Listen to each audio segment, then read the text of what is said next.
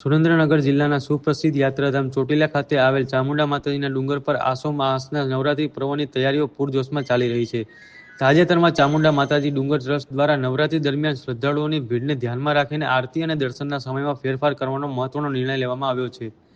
આ નિર્ણયનો મુખ્ય હેતુ ભક્તોને માતાજીના દર્શન સરળતાથી મળી રહે તે સુનિશ્ચિત કરવાનો છે.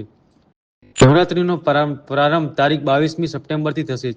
ચામુંડા માતાજી ડુંગર ટ્રસ્ટ દ્વારા લેવાયેલા નિર્ણય મુજબ પ્રથમ નોરતા તારીખ 22 સપ્ટેમ્બર અને આઠમા નોરતા તારીખ 30 સપ્ટેમ્બરના રોજ દર્શનાર્થીઓ માટે ડુંગરના દ્વાર વહેલી સવારે 3:30 વાગ્યે ખોલવામાં આવશે.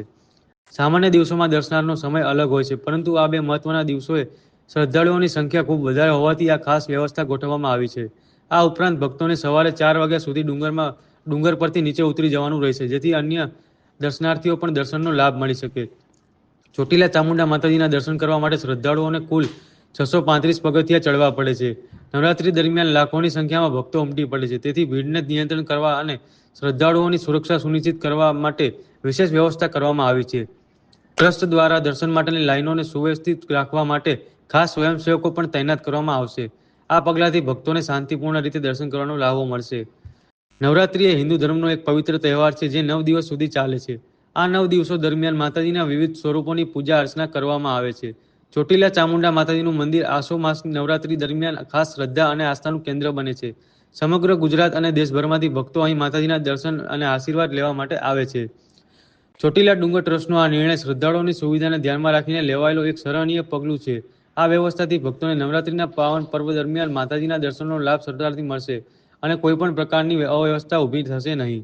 શ્રી ચોટીલા ચામુંડા માતાજી ડુંગર આ વર્ષે માતાજીના નોરતા 10 આવે છે, એટલે તારીખ 22/9/25થી પહેલું નોરતું સોમવારે શરૂ થાય છે અને મંગળવારે 30/9/25ના રોજ આઠમ માતાજીના યજ્ઞનો દિવસ છે અને આઠમને દિવસે સવારે શુભ મુહૂર્તની અંદર માતાજીનો યજ્ઞ શરૂ થશે અને બપોરે 2:30 વાગે પૂર્ણાહુતિ થશે.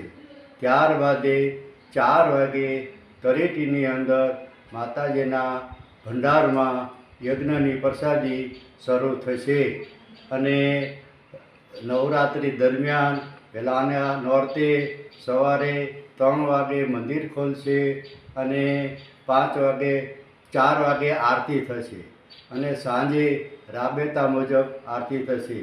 ત્યાર પછી નોરતાની અંદર સવારે 5 વાગે આરતી થશે અને સાંજે દિવસ આઠમે રાબતા મુજબ આરતી થશે. જય માતાજી.